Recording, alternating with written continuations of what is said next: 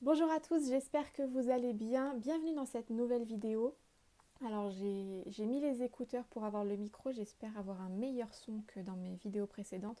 Vous me direz ça en commentaire. Aujourd'hui on se retrouve pour un sorte de book haul, on va appeler ça comme ça, puisqu'en fait je ne vais pas vous parler d'achats que j'ai fait là il n'y a pas longtemps groupés, je vais plutôt vous parler d'achats et de livres qu'on m'a offerts sur l'année, que je n'ai pas encore lu, donc qui reste dans ma palle et que j'ai envie de vous faire découvrir, et on commence tout de suite. Je vais commencer par mes derniers achats en fait pour le coup, donc qui datent du mois d'octobre, c'est plutôt récent. Et le premier que je vais vous présenter, il s'agit du tome 3 de Reine d'Égypte, c'est donc un manga écrit par Chie Inudo et publié chez Kiun. C'est donc le tome 3 de la saga, il me semble que je vous ai déjà présenté cette saga dans des vidéos précédentes, mais bon, un petit rappel ne fait pas de mal. C'est donc une histoire qui raconte la vie d'Hatshepsut, qui a été la seule pharaone d'Égypte, et non pas une reine, même si le titre est un petit peu trompeur, mais dans la réalité, Hatshepsut a été alors la seule pharaone, donc le seul pharaon femme d'Égypte ancienne, mais en plus l'un des derniers personnages royaux de l'Égypte antique telle qu'on la connaît dans l'histoire en fait. Dans les premiers tomes, on survole assez rapidement la jeunesse de la jeune princesse Hatshepsut pour ensuite rapidement arriver à sa haine envers la vision portée aux femmes à l'époque, envers sa place dans la société et son rapport vis-à-vis de la royauté. Elle a envie d'agir pour son peuple, elle a envie de contrer un peu les agissements de son frère qui devient rapidement pharaon à la mort de leur père. Et bien sûr, comme c'est souvent le cas dans la royauté égyptienne, les frères épousent leurs sœurs, en tout cas chez les pharaons, pour préserver la lignée royale, le sang royal qui est en fait le sang divin, le sang de Ra. Sauf que Hatshepsut refuse catégoriquement cette situation et tente par tous les moyens de prendre sa place dans la royauté, de faire tomber son frère et de protéger ses sujets, de diriger son peuple. Voilà, donc c'est une série que je vous recommande fortement, qui est très bien écrite. L'autrice a vraiment fait de nombreuses recherches à la fois graphiques mais aussi historiques par rapport à l'Égypte ancienne, et ses dessins, je vais vous en montrer quelques-uns parce que...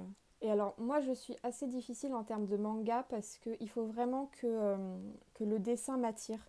Sinon j'ai beaucoup de mal, je suis très portée sur l'artistique et on a vraiment de très beaux dessins. Comme vous pouvez le voir, c'est vraiment très travaillé. Et donc, étant une grande fan de la mythologie égyptienne que j'ai pas mal étudiée étant plus jeune, je me suis rapidement tournée vers ce manga et j'ai été très contente du travail apporté par l'autrice, à la fois, comme je vous l'ai dit, historique, mais aussi au niveau des dessins. J'aime énormément son style, donc je ne peux que vous le recommander. Ensuite, pour mon deuxième achat de cette même période, il s'agit d'un grand classique de la littérature, à mon avis. Je pense que je suis la seule au monde à ne pas l'avoir encore lu. Mais pour le coup, il n'a pas fait partie de mon programme scolaire. C'est un livre que j'aurais énormément aimé lire pendant ma scolarité, mais ça n'a pas été le cas, bon tant pis. Il s'agit de Fahrenheit 451. Pour l'histoire, si vous ne connaissez pas et si vous vivez dans une grotte, euh, il s'agit d'une dystopie où lire est un acte antisocial et ainsi tous les livres sont brûlés systématiquement. Il y a une unité de pompiers qui est créée spécialement pour ça, qui a pour mission de brûler tous les livres qui existent. Sauf que l'un des pompiers de cette brigade se révolte contre ce fait en fait et tente par tous les moyens de remédier à cette vision qu'on a de la littérature, de la lecture et de la culture, et devient donc un criminel aux yeux de la société et aux yeux de ses dirigeants.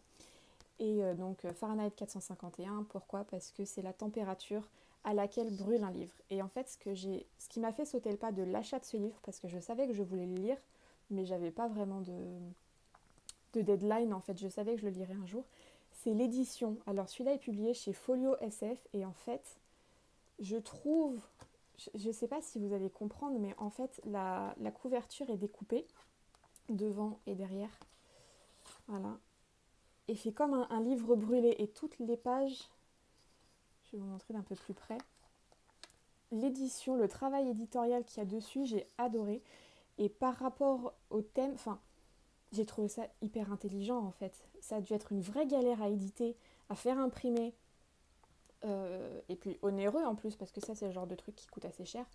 Mais, euh, mais j'ai adoré l'idée et je me suis dit que s'il y avait une édition qu'il fallait que j'achète de ce livre, bah c'était celle-là. Ensuite, on va remonter un petit peu dans le temps au niveau de mes achats. Enfin, à la fois au niveau de mes achats, mais aussi au niveau du livre que je vais vous présenter maintenant. C'est quand je suis partie en vacances cet été, on est allé à Saint-Malo. Et en fait, je suis tombée sur un livre que je ne pouvais pas ne pas acheter. Et il s'agit du roman du roi Arthur et de ses chevaliers de la table ronde de Thomas Malory, qui est un joli petit pavé d'environ 1000 pages, comme vous pouvez le voir. Là-bas, donc en Bretagne, et je trouvais énormément à Saint-Malo, il y a une grande présence de la légende arthurienne. On n'est pas très loin de la forêt de Brocéliande, pas très loin de l'Angleterre, donc c'est tout à fait normal. Et en fait, je suis tombée sur cette édition. La couverture est en espèce de faux cuir, en fait. De faux cuir pressé. Si vous voulez, il y a du relief au niveau des écritures, au niveau des dessins. L'arrière de la couverture. Enfin voilà, j'ai trouvé l'édition incroyable et beaucoup plus complète et romancée que ce qu'on peut voir dans d'autres éditions. Étant une grande fan, encore une fois, de la légende arthurienne, je n'avais jamais lu le texte complet, en fait, l'histoire du roi Arthur. J'ai lu des petits livres étant plus jeune qui en parlaient, je me suis beaucoup renseignée dessus, mais je n'ai jamais eu ce texte entre les mains. Et donc, si je me souviens bien de la préface, il s'agit en fait d'un recueil de la part de Thomas Malory. Il a compilé tous les poèmes, tous les textes qu'il a pu trouver qui existaient sur Arthur, enfin sur le roi Arthur et sur les chevaliers, et il l'a romancé. Il a divisé son œuvre en 21 livres, qui sont tous regroupés là. Et il a tout simplement lié tous les poèmes, lié toutes les œuvres qu'il a trouvées, qu'il a compilées, pour en faire un roman. Et ça nous donne un beau petit bébé d'environ 1000 pages. Donc à la base, il s'agissait de 21 ou peut-être 28 livres, j'ai un petit doute, séparés, et donc qui plus tard ont été compilés dans un seul livre. Il fait 1000 pages, c'est un gros bébé, mais il est, je trouve, étonnamment facile à lire. Quand je dis qu'il est plus romancé que certaines autres éditions, c'est parce que j'entends par là, oui, on a plus l'impression de lire vraiment un roman qu'un documentaire ou qu'un récit historique, comme ça peut être le cas dans certains autres livres. Et surtout, le langage qui est utilisé est certes moyenâgeux, mais il n'a été utilisé à cet escient que pour plonger un peu plus le lecteur dans la période à laquelle se déroule l'histoire, et pas dans le but de complexifier le texte plus que ça. C'est vraiment pour nous plonger dans cet univers du Moyen-Âge.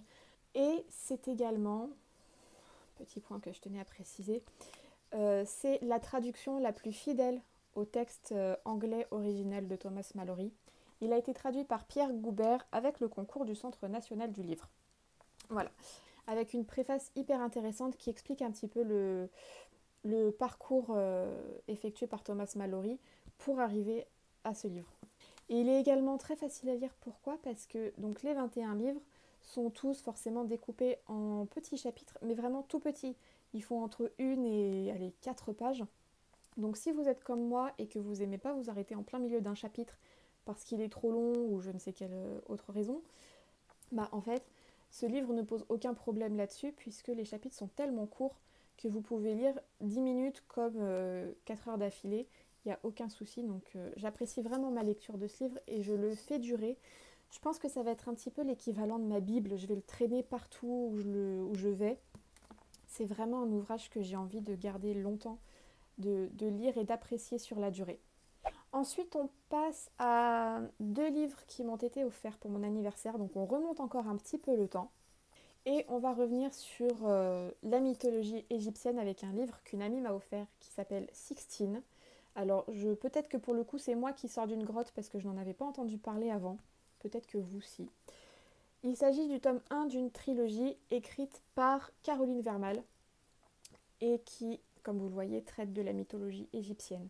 Alors là où je suis un peu embêtée, c'est qu'il n'y a pas de résumé et j'ai pas voulu aller sur internet pour me spoiler, j'ai vraiment envie de garder la surprise. La seule chose que je peux lire, c'est la phrase d'accroche: au cœur du plus grand mystère de tous les temps, le crime parfait. Là, tout de suite, quand je vois mythologie égyptienne, crime, je me dis soit ça a un rapport avec les dieux, avec le meurtre d'Osiris par son frère Seth et sa résurrection grâce à sa femme Isis, soit il s'agit peut-être du meurtre d'un pharaon ou quelque chose de complètement différent.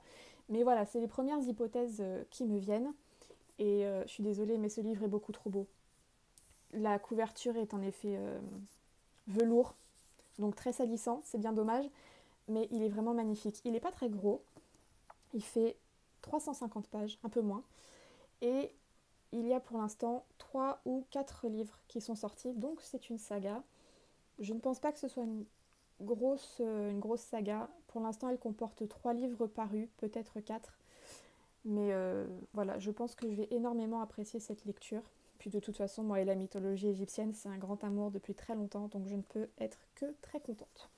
Et enfin, pour terminer ce book haul, pareil, il s'agit d'un livre que ma maman m'a offert pour mon anniversaire. Pour vous raconter encore une petite histoire, quand j'étais petite, mon livre préféré que ma maman me lisait quasiment tous les soirs, c'était Peau d'âne. Donc j'ai ce livre des éditions Mango qui est complètement mort. Il est scotché de partout, que ce soit les coins, que ce soit les pages de garde qu'on pris très cher, vous verrez pas, mais bon voilà. J'adore, en plus il y a de très jolies illustrations que voici. Voilà, ça c'est mon illustration préférée. Et donc quand j'étais petite, j'avais quelques livres de cette édition et du coup maintenant quand je fais des brocantes, des vides-greniers, j'essaye de retrouver des nouveaux livres de cette édition pour compléter ma collection. C'est un petit kiff que je me fais. Et donc voilà, ce livre est complètement mort, je le garde, c'est un souvenir d'enfance. Et donc ma maman a décidé pour mon anniversaire de m'offrir une édition illustrée de Peau d'âne qui est publiée chez Albin Michel. Et je vais vous donner le nom de l'illustratrice tout de suite, qui fait un travail de folie. Donc, images d'Alessandra Maria et contes de Cécile Romiguière, d'après les versions et adaptations de Charles Perrault, des frères Grimm et de Jacques Demy. Je pense qu'elle a fait un petit pêle-mêle des 3 versions du conte et elle en a fait la sienne. Et il y a un boulot sur ce livre. Toutes les illustrations sont dorées et noires comme ça, elles sont magnifiques. Et il y a également un travail, je ne sais pas si vous allez voir, un travail éditorial au niveau de la typographie. Il y a des variations dans la typographie, il y a un gros boulot. Parfois, on retrouve du texte sur les images aussi. Donc, une de mes illustrations préférées de ce livre. Je les trouve magnifiques. Où est-ce que je peux vous retrouver? Voilà. Sur celle-ci, par exemple, qui fait une double page, il y a du texte dessus. Donc, il n'y a pas seulement un travail d'illustration de dingue, on ne va pas se le cacher, il y a aussi un travail éditorial et un travail au niveau du texte qui est magnifique et hyper intéressant. Voilà, allez, une petite dernière pour la route. J'adore ce format, mais alors, c'est pas pratique. Voilà. Donc si vous voulez découvrir cette édition, elle est aux éditions Albin Michel, comme je vous l'ai déjà dit. Pour moi, voilà, la couverture, on voit pas très bien, mais si, il y a vraiment un travail au niveau de la couverture aussi, le doré brille. Enfin, c'est magnifique. J'adore ce genre de livre. C'est tout pour cette vidéo, j'espère qu'elle vous aura plu. Si c'est le cas, n'hésitez pas à mettre un petit pouce en l'air, à vous abonner et à activer la cloche, ça fait toujours très plaisir. J'espère revenir plus régulièrement. J'ai 2-3 idées de vidéos, dont une que je suis en train de tourner à l'heure actuelle qui va prendre quelques semaines. Voilà, j'espère revenir plus régulièrement. Et j'ai ce petit livre aussi, je trouve ça trop bien.